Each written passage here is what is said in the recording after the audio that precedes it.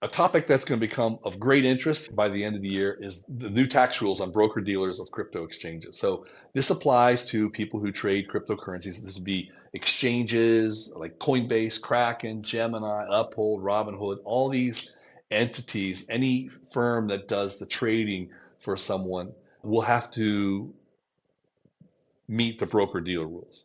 Now, the broker-dealer rules cover a number of topics. One of them is an obligation to know who your client is. So there's KYC aspects to it.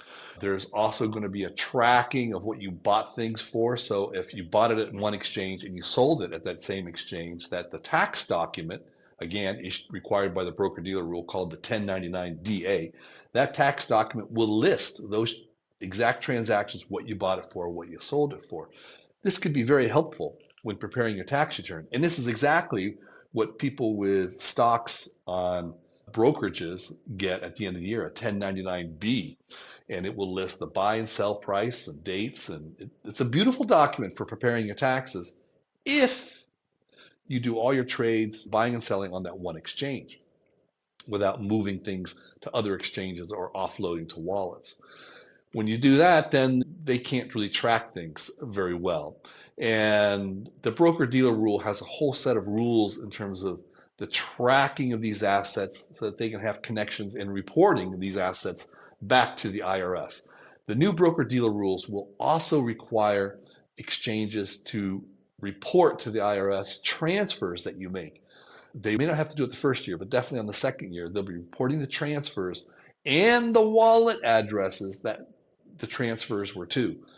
If you transfer something into an exchange like Coinbase, it's going to list for the IRS the transfer in and the wallet address that was from and what the asset was that was shipped. So the IRS is getting immense amount of detailed information about your trading activities, especially when you're onboarding and offboarding fiat. So just be aware this is all happening. Those rules went into place in September of 2024. In December 2024, the IRS tried to sneak in a quick expansion of those rules to apply to DeFi players as well. So this would be the people who write the code for DeFi, the people hosting the servers that would run this code. A whole bunch of parties got sucked into this reporting obligation of the broker-dealer rule. Well, Ted Cruz, and we can all thank Ted Cruz, took the lead in the Senate and challenged this. It was a congressional challenge to the way the regulations were written. It went to the House. The House agreed. It went to Donald Trump's desk, and he approved the motion to rescind these regulations. Let me just say, this is the first time in all the years of the IRS that their regulations have ever been rescinded.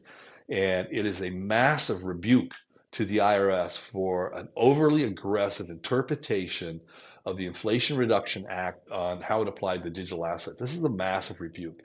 So I think it'll be a long time before we see new regulations coming from the IRS. I think they're going to be very, very much more cautious, especially with the new administration. But let me know what you think. Are you concerned? What are your questions about the broker-dealer regulations and how they might affect you? Please put your thoughts into the comments, and please like and subscribe and follow. It means a lot to helping us get the word out. Thanks.